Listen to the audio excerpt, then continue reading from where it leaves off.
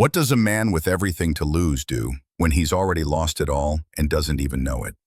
Tonight, we take you inside the glittering, backstabbing world of New York's elite. Meet Damian Blackwood, a real estate titan who thought he had his wife tucked away like a dirty secret. He brought his new flame to the most public event of the year, ready to flaunt his power. But he made one fatal mistake. He forgot who his wife truly was. What happens when the woman you erased decides to write herself back into existence in a dress the color of blood and revenge? Stay tuned. The air in the grand ballroom of the Plaza Hotel was thick with the scent of money and hydrangeas. It was the night of the annual Metropolitan Legacy Gala, the undisputed pinnacle of New York City's philanthropic calendar, where old money grudgingly mingled with the new, and deals worth more than small countries were brokered over glasses of vintage Dom Perignon. At the center of one of the most sycophantic circles stood Damian Blackwood, the CEO of Blackwood Holdings. With a jawline that seemed carved from granite and a Tom Ford suit that cost more than most people's cars, he exuded an aura of predatory power. At 42, he was a king in the concrete jungle, a man who didn't just build skyscrapers but reshaped the skyline to his will. Clinging to his arm was Isabella Rossi, a model-turned-influencer. She was 24 years of pure, unapologetic ambition, wrapped in a shimmering gold Chanel gown that left little to the imagination. Her laughter was a little too loud, her grip on Damian's arm a little too tight. She was a status symbol, as shiny and new as the glass towers Damian erected. "Darling," Isabella purred, loud enough for the nearby society columnist from Vanity Fair to hear. "That ghastly woman, Mrs. Astor, just gave me the most dreadful look." Damian didn't even glance in the direction of the formidable Astor matriarch. He squeezed Isabella's hand. "Let her look. She's a fossil, and this is our world now." He surveyed the room, his eyes sweeping over the faces of politicians, hedge fund managers, and tech billionaires. They were all pieces on his board. Someone, a junior partner from a rival firm, nervously approached. "Mr. Blackwood, incredible work on the Hudson Yards Pinnacle project. Truly visionary." Damian gave a curt, dismissive nod. "Vision is easy, execution is everything." He turned his attention back to Isabella, effectively erasing the junior partner from existence. This was his brand of power. Casual, cruel, absolute. He loved the way Isabella looked at him, with a mixture of awe and avarice. It was a reflection of how he saw himself. For the past year, Isabella had been his constant companion at every event that mattered. Everyone in this room knew he was married. It was an open secret, a piece of trivia they whispered about. His wife was, what was her name? Eleanor, Eliza, something plain. She was never seen. The rumors painted her as a mousy, simple woman, a relic from his pre-billionaire days, whom he kept for the sake of appearances. Some said she was a recluse, others, more cruelly, suggested she was unwell. The most common narrative, which Damian quietly cultivated, was that she was a homebody, content to manage their sprawling Fifth Avenue penthouse and their Hamptons estate. A cleaner, he'd once drunkenly called her to a confidant, someone who kept the house in order but wasn't fit for public display. "I just can't imagine being so domestic," Isabella whispered, tracing a finger down his lapel. "A woman's place is in the spotlight, don't you think?" "Beside her man." "Exactly," Damian agreed, his chest puffing out. "Some women understand that, others don't." He thought, fleetingly and with a familiar wave of irritation, of his actual wife.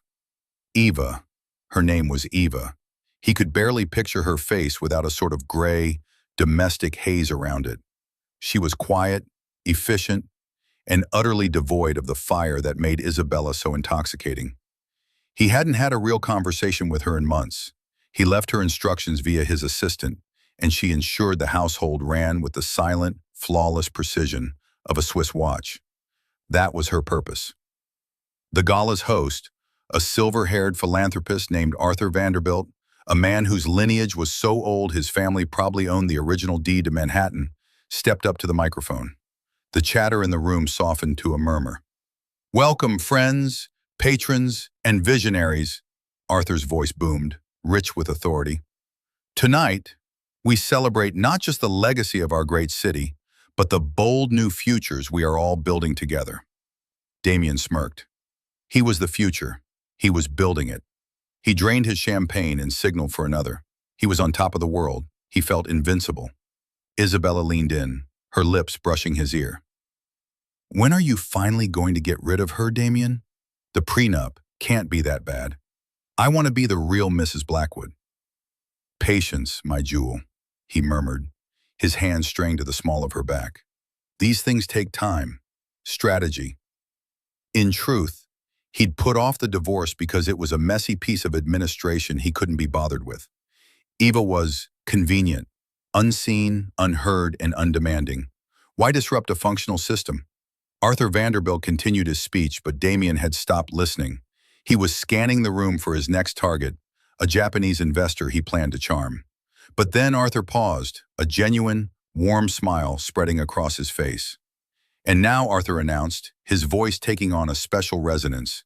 We are graced by a late arrival, someone whose quiet contributions to this city's heart and soul often go unseen, but are no less monumental. A true patron of the arts and a dear friend. Ladies and gentlemen, please welcome Mrs. Eva Blackwood. The name hung in the air for a moment. Blackwood. Damian, he thought he'd misheard. A cold, prickling sensation crawled up his spine. Isabella's perfectly manicured hand tensed on his arm. Did he just say? The grand oak doors at the far end of the ballroom swung open, and there she was. Silence rippled outwards from the entrance, a wave that washed over the entire ballroom, extinguishing conversations mid-sentence. Every head turned. This wasn't the mousy, gray woman from Damian's imagination. The woman standing in the doorway was a vision, an inferno. She wore a bespoke floor-length gown of scarlet silk charmeuse that clung to her figure like a second skin. The color was audacious, a slash of defiance against the room's muted palette of blacks, golds, and navy blues.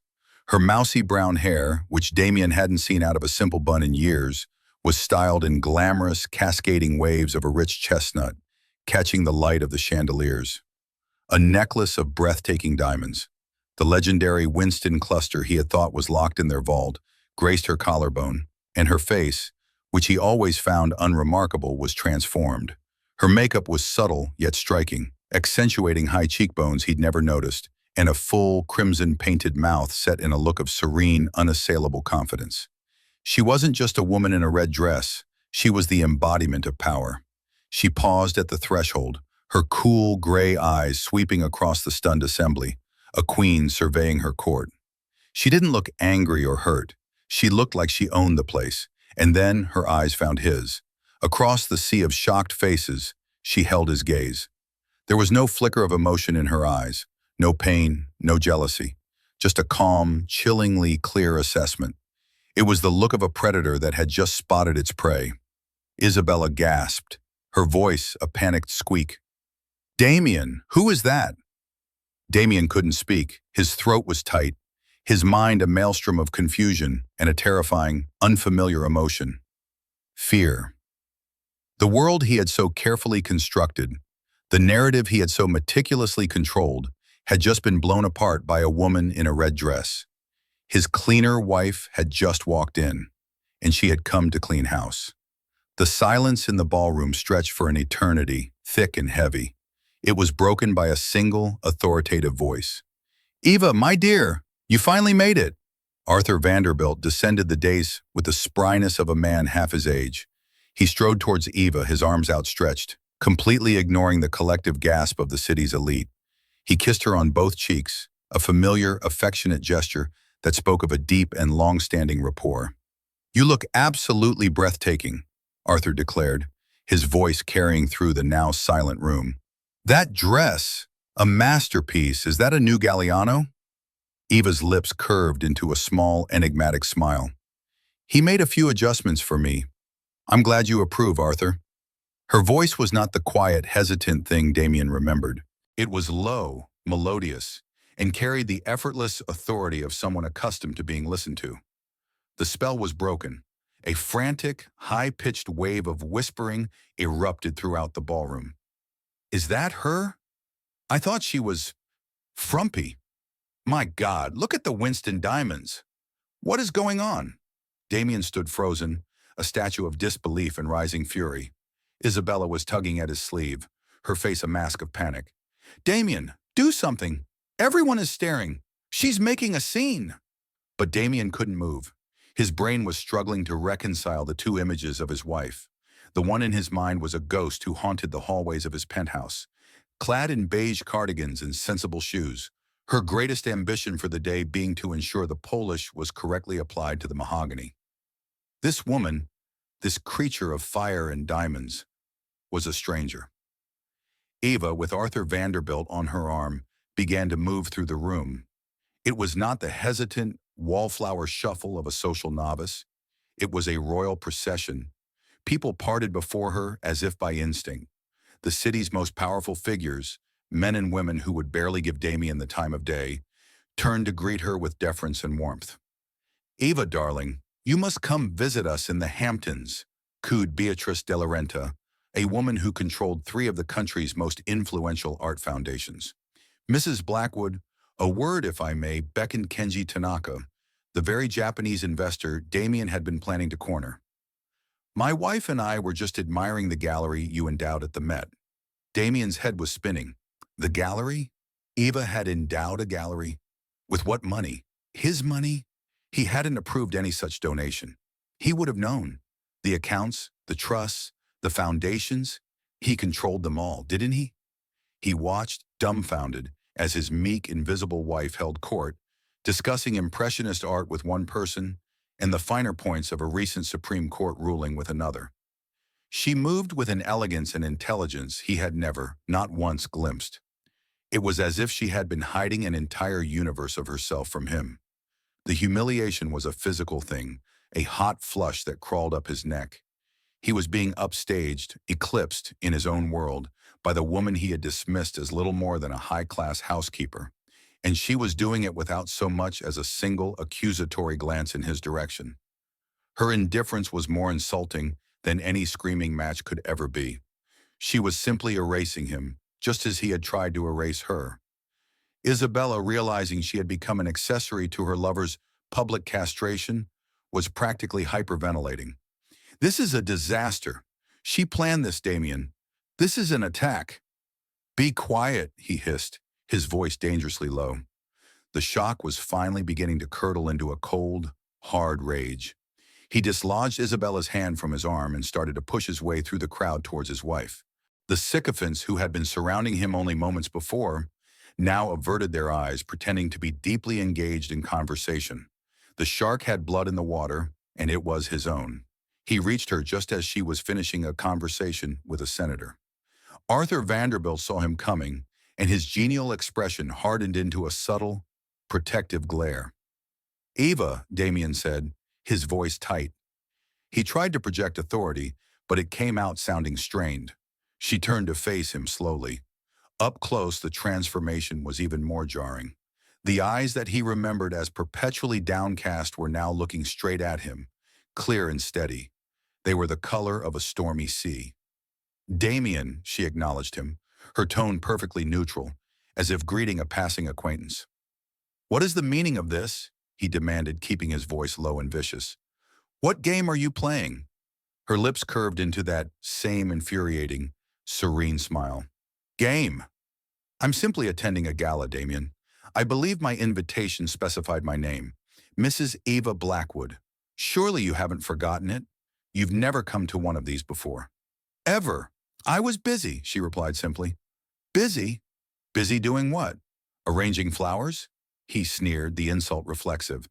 For the first time, a flicker of something, not pain but perhaps pity, crossed her face. Yes, something like that. Arranging things. Putting them in their proper place. She let her gaze drift meaningfully past his shoulder to where Isabella stood, wringing her hands and looking utterly lost. You seem to have misplaced one of your accessories. The gold is a bit garish for this lighting, don't you think? It looks desperate. Damian felt the blood rush to his face. You will not speak to me like that. We are leaving. Now. He reached out to grab her arm, the way he would to signal a dismissal. Before his fingers could touch the scarlet silk, Arthur Vanderbilt stepped smoothly between them, his body blocking Damian's advance. "I don't believe Mrs. Blackwood is ready to leave, Damian," Arthur said, his voice now devoid of all its earlier warmth. It was the voice of a man who could buy and sell entire corporations with a single phone call. "In fact, she and I have a great deal to discuss with Mr. Tanaka regarding the new wing of the Children's Hospital, a project she has been spearheading." Damian stared at the old man, then back at his wife. The Children's Hospital? That was a $10 million pledge. He would know. He had to sign off on it. A cold dread, colder than any fear he had ever known, began to seep into his bones. It was a fundamental, terrifying doubt. The world was not operating according to the rules he had written. Eva gave him a final, dismissive look. "You should go back to your guest, Damian. She looks like she's about to cry. It's so unbecoming. Try to enjoy the party. I know I will." With that, she turned her back on him, took Arthur's offered arm and walked away, leaving him standing alone in the middle of the most powerful room in New York. The whispers of the crowd like the hissing of snakes all around him. He was no longer the king. He was the court jester. And the queen, a woman he never even knew existed, had just made her first move. Damian stood there for a full minute, rooted to the spot. The ambient noise of the gala returned, but it sounded different now, distorted. Every laugh seemed to be at his expense. Every whisper a conspiracy against him. He felt 100 pairs of eyes on him, their gazes a mixture of pity, amusement, and schadenfreude. This was a blood sport for them, and he was the evening's entertainment. He turned on his heel, his face a thunderous mask, and stalked back towards Isabella. She flinched as he approached, as if expecting him to lash out. "Get your coat," he snarled. "What?" "But the party is over," he bit out, grabbing her by the elbow, his grip far from gentle. He dragged her towards the exit, ignoring the way she stumbled in her heels. He needed to get out. He needed air. He needed to re-establish control. As he pushed through the throng, he saw Kenji Tanaka, the Japanese investor, in deep, animated conversation with Eva and Arthur Vanderbilt. Tanaka laughed at something Eva said, then nodded earnestly, his body language one of deep respect. The $10 billion Hudson Yards deal, for which Tanaka's backing was crucial, flashed in Damian's mind. A deal he had been working on for 6 months. A deal he had considered a certainty. A knot of ice formed in his stomach. Once outside, the cool night air did little to quell the furnace of his rage. The valet, seeing his face, practically sprinted to retrieve his car, a custom black Bugatti. "What the hell was that, Damian?" Isabella cried, finally finding her voice once they were cocooned in the car's leather interior. "She humiliated you. She humiliated us." "She did nothing," Damian snapped, his hands gripping the steering wheel so hard his knuckles were white. "She showed up. That's all. It's a pathetic cry for attention." But he knew, with a certainty that terrified him, that it was not. This was not a cry for attention. This was a declaration of war. A cry for attention? In vintage Winston diamonds and a custom gown? Looking like that? Isabella's voice was shrill with jealousy and fear. And Arthur Vanderbilt? He acted like she was the Queen of England. "You told me she was nobody." "She is nobody," he insisted, more to convince himself than her. He floored the accelerator, the Bugatti's engine roaring in protest as they shot down Fifth Avenue. "She's my wife, legally. That's all. She handles the houses. She has an allowance. A very generous one. That's where the dress came from. She emptied her bank account to throw a tantrum. But the diamonds? The Winston cluster was a family heirloom. His family heirloom. It was supposed to be in the main vault in their penthouse, a vault to which only he knew the complete code. He had checked it himself a few months ago. Hadn't he? He pushed the thought away. He would deal with Eva. He would go home, find her there, and she would crumble, just as she always did whenever he raised his voice. She would dissolve into tears and apologies, and he would be back in control. He would put her back in her box, lock it, and throw away the key. Then he would call his lawyers and start the divorce proceedings first thing in the morning. He was done with her. He dropped a sobbing Isabella at her Soho apartment with a curt, "I'll call you tomorrow," and sped towards his penthouse. As he rode the private elevator up 60 floors, he rehearsed his speech. It would be brutal, swift, and final. When he burst into the penthouse, he expected to find her waiting, perhaps in her sensible nightgown, the fiery red dress discarded, the illusion shattered. But the penthouse was silent and dark. "Eva," he called out, his voice echoing in the cavernous marble foyer. No answer. He strode through the apartment. The living room, with its panoramic views of Central Park, was immaculate. The kitchen was spotless. Their wing of the residence was empty. Her dressing room, a vast space he rarely entered, was the first sign that something was profoundly wrong. It was half empty. Entire racks of the drab, colorless clothing he was used to seeing were gone. Her jewelry box, usually overflowing with the tasteful but modest pieces he'd bought her over the years, was open and mostly empty. Only the lesser items remained. Panic, cold and sharp, pierced through his anger. He rushed to the study, to the large steel vault hidden behind a false bookshelf. He punched in his code. It beeped green. He swung the heavy door open. The velvet-lined drawers were in disarray. His collection of Patek Philippe watches was gone. Bearer bonds he kept for emergencies. Gone. And the main box, the one that held the Blackwood family jewels, including the Winston cluster, was empty. But that wasn't the worst of it. Tucked into the space where the diamond necklace used to be was a single folded piece of paper. It was thick, expensive stationery, the kind he had never seen before. It bore a simple embossed crest at the top, a stylized V. His hands shaking, he unfolded the note. The handwriting was a perfect, elegant script. "Damian, I've taken what is mine. You may want to have your lawyers look into the original charter for Blackwood Holdings, specifically the stipulations tied to the initial seed funding from the Sterling Group 20 years ago. You were so eager to get started, I doubt you ever read the fine print. Consider my appearance tonight a professional courtesy, a notification that your probationary period has expired. Regards, Eva Sterling Blackwood Vance."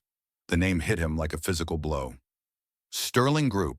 It was a shadowy investment firm that had given him his first big break. A $5 million investment that had allowed him to purchase his first major property. The deal was brokered through lawyers. He'd never met the principals. They had one condition, that he would enter into a personal and binding contract with a representative of their choosing. He had been a hungry, ambitious young man. He hadn't cared. He'd assumed it was some strange tax loophole or an eccentric old man's whim. The representative had been Eva Sterling, a quiet, plain-looking girl, fresh out of business school. The marriage was the contract. He had thought it was a small price to pay for his empire. He'd seen her as a stepping stone, a quiet partner he could easily sideline once he was established. He never imagined, he never once considered, that she was the Sterling Group. His phone buzzed, shattering the silence. It was his CFO, David Chen. It was almost 2 a.m. "David, what is it?" Damian barked, his voice hoarse. "Damian, thank God, I've been trying to reach you. All hell is breaking loose." David's voice was strained with panic. "Tanaka's fund just pulled their letter of intent for the Pinnacle project. They're out, no explanation. And that's not all.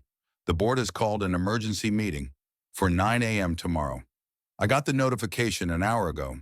It was triggered by a majority shareholder action." Damian sank into his leather office chair, the note from Eva crushed in his fist. "Majority shareholder? That's impossible. I am the majority shareholder. I control 55%. "Not anymore," David said, his voice dropping to a whisper. "According to this filing, a holding company called Sterling Consolidated has just exercised its options. Options that were apparently embedded in the company's founding charter. Damian, they control 60%. As of 9:30 p.m. this evening, the time of the gala, the moment she had walked through those doors. It wasn't a tantrum. It wasn't a scene. It was a corporate takeover. The cleaner hadn't just put on a red dress. She had been sharpening her knives for 20 years, and she had just plunged the first one directly into his back. The foundation of his empire wasn't just cracked. It had been built on quicksand, and he was sinking fast. The next few hours passed in a surreal blur of disbelief and mounting terror. Damian sat in his silent, plundered office. the city lights twinkling below like mocking eyes. He had been running on pure adrenaline and rage, but now a chilling, profound sense of dread was seeping in, colder and more paralyzing than the midnight air. He called his legal team, waking up his top corporate lawyer, a ruthless shark named Marcus Adler. Marcus, get the team together. Now we have a hostile takeover situation. A what? Marcus's sleepy voice snapped to attention. Who? We have defenses for that. It's an internal action. Sterling Consolidated. There was a pause on the other end of the line. Vance. I've heard the name. Ghost firm. Old money. I thought they were defunct. They're not, Damian grated, and they're claiming majority ownership. Dig into the original charter. I want to know everything. Every loophole, every clause. Damian, this is a 20-year-old document. I don't care if it was written on a stone tablet by Moses. Find me a way out of this, and find out who Eva Sterling is.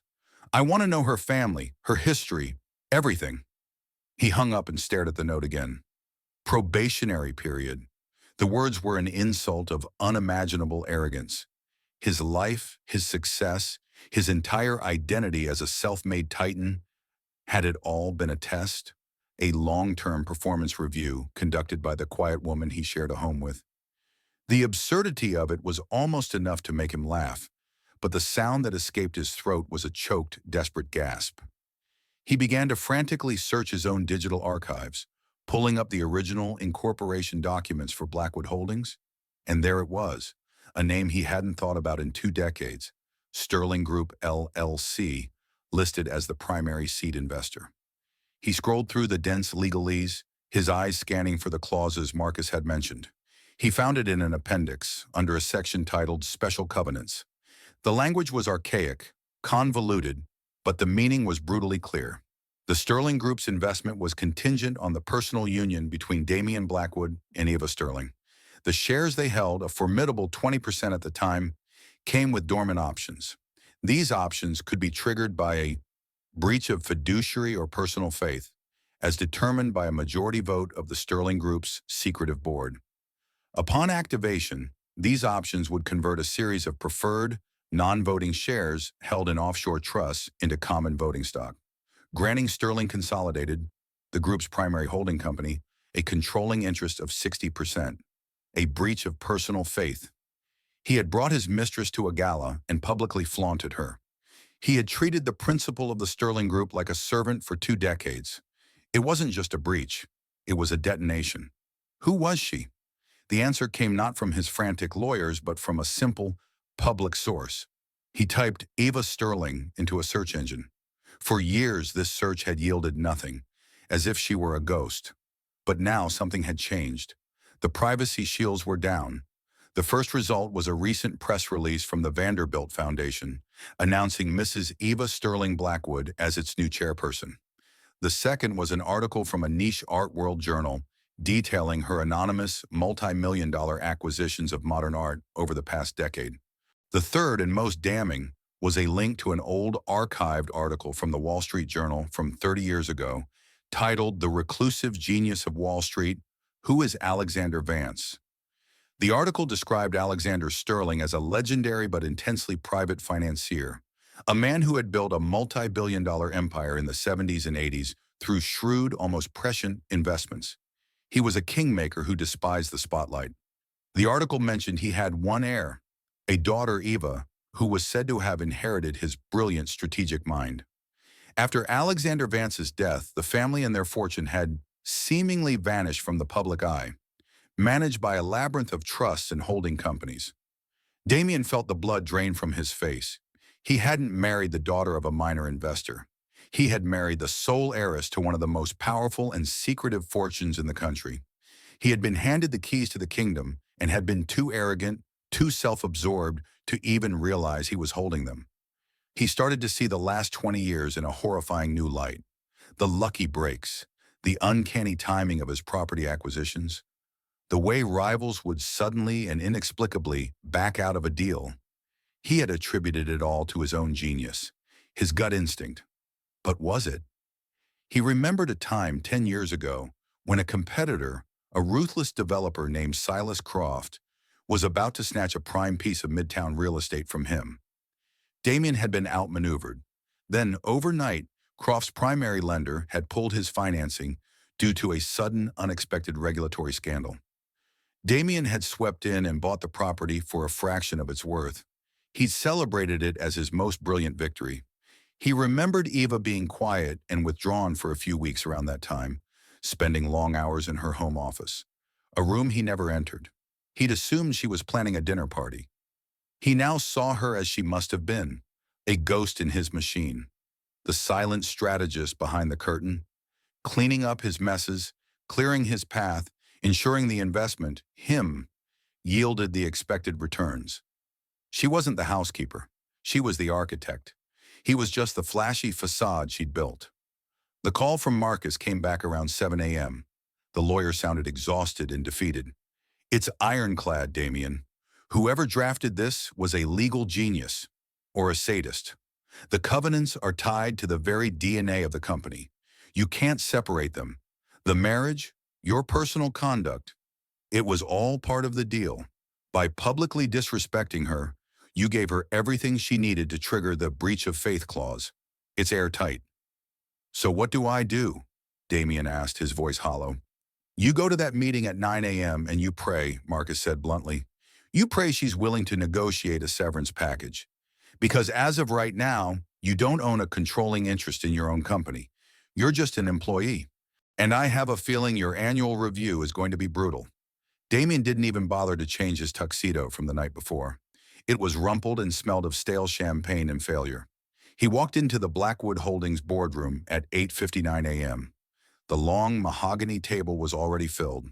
His board members, men he had handpicked, men who had profited immensely from his leadership, refused to meet his eye.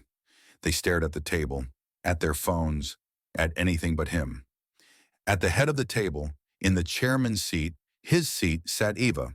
She was no longer in the defiant red of the gala. Today she was dressed in a severe, exquisitely tailored, navy blue power suit. Her hair was pulled back in a sleek chignon.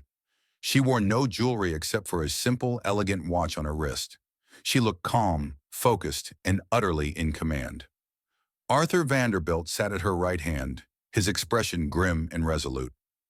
Damian stood at the opposite end of the table, feeling like a defendant in the dock. Eva didn't waste time on pleasantries. She looked at him, her gray eyes as cold and unforgiving as a winter sky. "Good morning, Damian," she said, her voice crisp and clear, amplified by the room's acoustics. "Thank you for joining us. We have a great deal to discuss.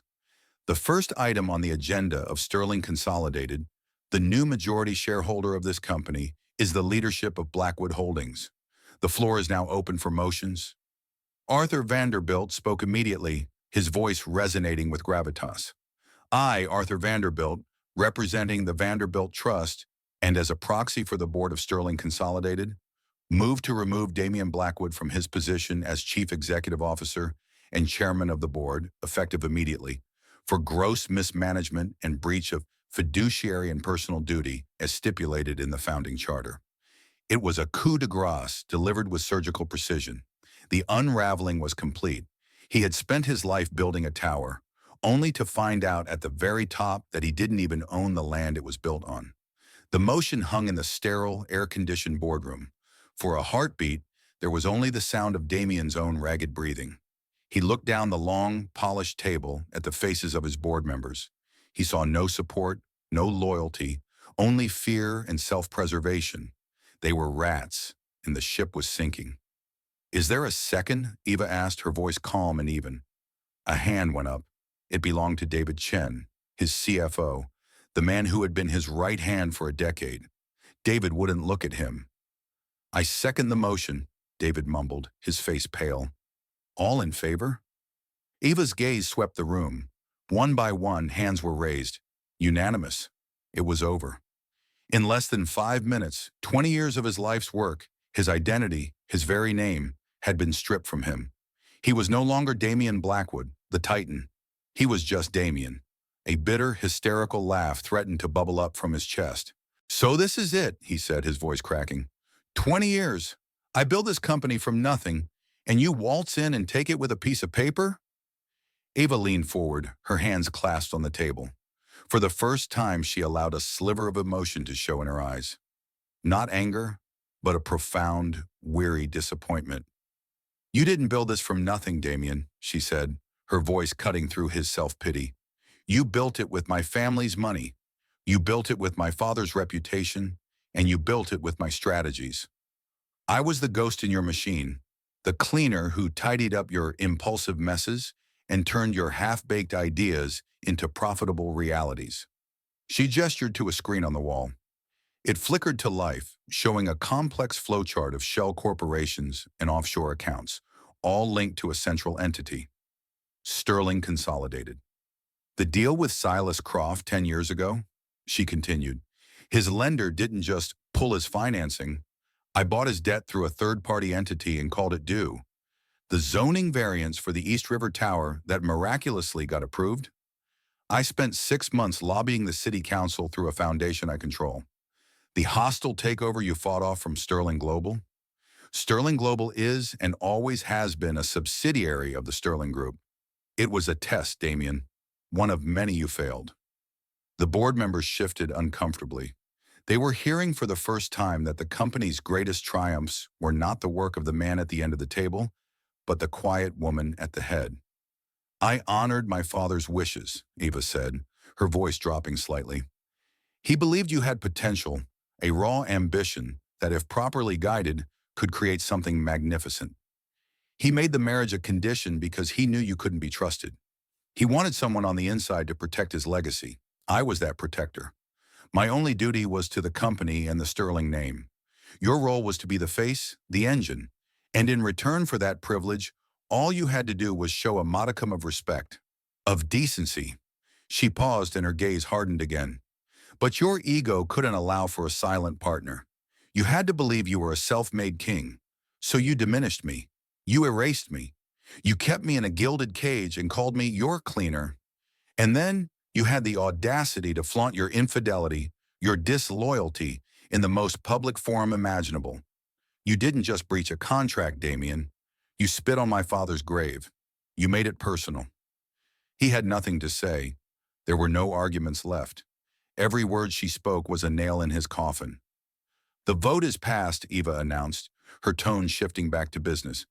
"Damian Blackwood is removed from all positions at this company, effective immediately. Security will escort you from the premises.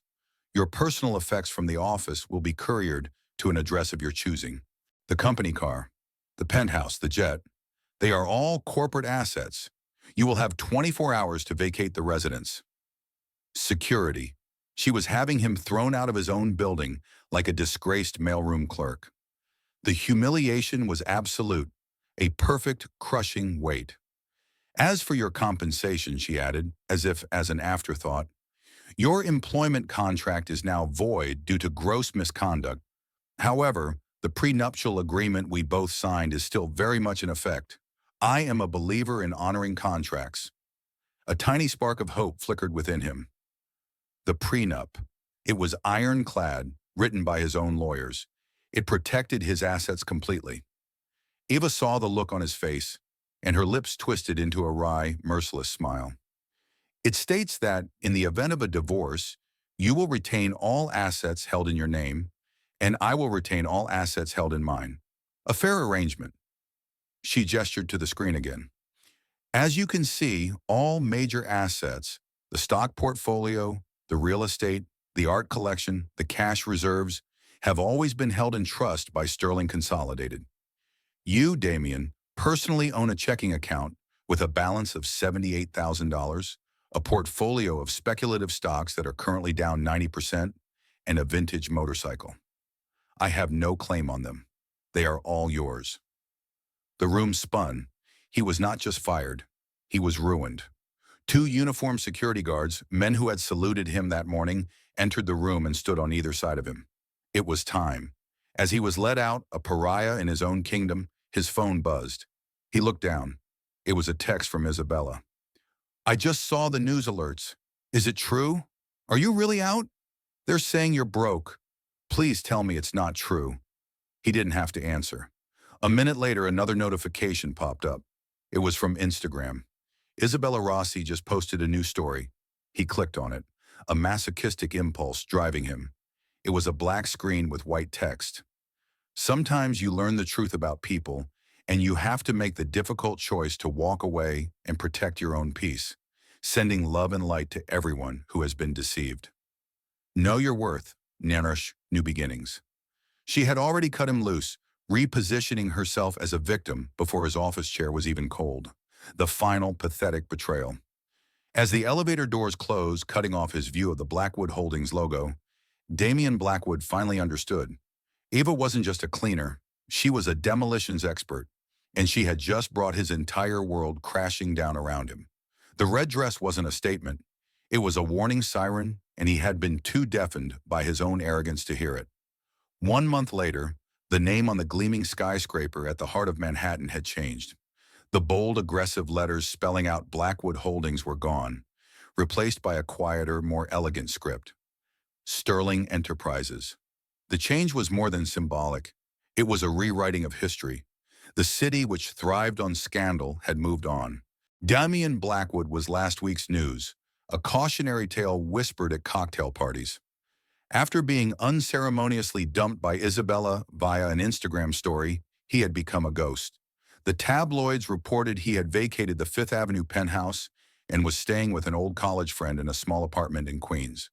His speculative stocks had been liquidated to pay Marcus Adler's legal fees for a lawsuit he had no hope of winning. He was a king in exile, stripped of his power, his fortune, and his name. Isabella Rossi had attempted to leverage her proximity to the scandal into a reality TV show deal. But without Damian's influence, the producers saw her for what she was, a fleeting, forgettable accessory. Her 15 minutes of fame were up. But for Eva Sterling Blackwood, it was a new dawn. She stood in the CEO's office, her office, looking out at the panoramic view of Central Park. The space had been completely redecorated. The dark, heavy mahogany and black leather of Damian's reign were gone, replaced with light woods, soft gray furnishings, and minimalist art. It was a space that was calm, controlled, and confident. She had not taken Damian's name off the door, only to insert her own in its place. She had fundamentally changed the company's direction. The first thing she did as CEO was halt 2 of Damian's most aggressive, high-leverage development projects that risked destabilizing the company for the sake of his ego.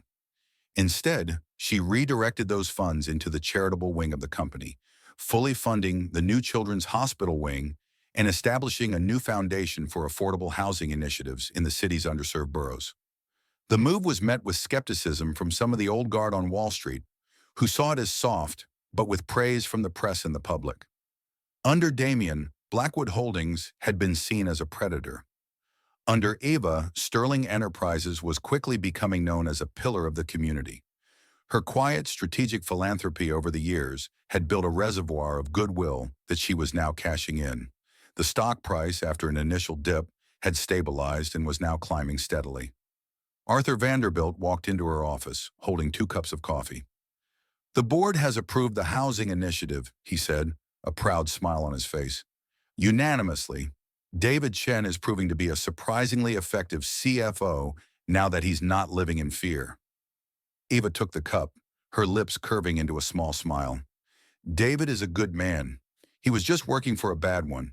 He understands our new mission, to build a legacy, not just an empire." "And what of Damian?" Arthur asked, his tone gentle. Eva's smile faded slightly. She looked out at the city skyline. "He received the divorce papers yesterday. My lawyers informed me he signed them without contest. He gets to keep his motorcycle." There was no triumph in her voice, only a quiet finality. The war was over. The house was clean. "Do you ever regret it?" Arthur asked. "The years you spent in the shadows?" Eva was silent for a moment, contemplating his question. "I used to," she admitted. "I resented the promise I made to my father. I felt like a prisoner in my own life, but I came to see it as a period of education. I learned how power truly works, not the loud, showy kind that Damian craved, but the quiet, invisible kind that moves the world. I learned patience, and I learned that you can't see the whole board if you're one of the pieces. You have to be the player." She turned from the window, her eyes clear and focused. I'm not in the shadows anymore. This was never about revenge, Arthur. Revenge is a messy, emotional affair. This was a correction, a restoration of order. I didn't destroy Damian's company. I took back my own. Her phone chimed. It was a message from Kenji Tanaka. Eva-san, congratulations on the new direction. We would be honored to reconsider our investment in a project guided by your vision. She smiled, a genuine, radiant smile that lit up her entire face. It was the smile of a woman who was finally, completely free. She had walked into that gala in a dress the color of defiance, a woman no one knew. Now she was Eva Sterling, and the whole world was about to learn her name. The cleaner had finished her work, and the result was spotless. And so, Eva Sterling's story isn't just one of revenge. It's a masterclass in reclaiming power. She didn't just get even, she got everything. She proved that the most powerful person in the room isn't always the loudest, but the one who understands the game better than anyone else. She went from being an invisible wife, a cleaner, to the woman in charge of it all, not by tearing someone down, but by revealing the strength she had held all along. If you were inspired by Eva's incredible journey from the shadows to the CEO's chair, please show your support. Hit that like button, share this video with anyone who needs a reminder of their own hidden power, and be sure to subscribe to our channel for more unforgettable stories of justice and transformation. We have one question for you. What do you think Damian's biggest mistake was? Let us know your thoughts in the comments below.